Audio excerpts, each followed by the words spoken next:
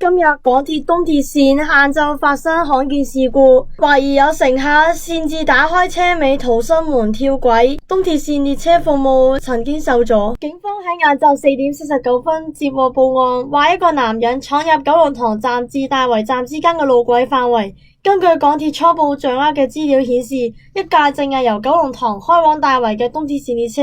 佢車尾駕駛室嘅緊急出口斜道俾人擅自打開。救護人員接報之後，聯同港鐵職員隨即展開搜索，並且喺晏晝5點幾揾到該名涉案嘅男人。據悉，佢初步懷疑觸電受咗傷，目前正由救護人員送院治理。受今次事件影響，東鐵綫旺角東站來往大圍站嘅列車服務需要暫停。港鐵隨即宣布各路段嘅服務需要調整，金鐘來往旺角東站、大圍來往羅湖站嘅服務維持8分鐘一班車，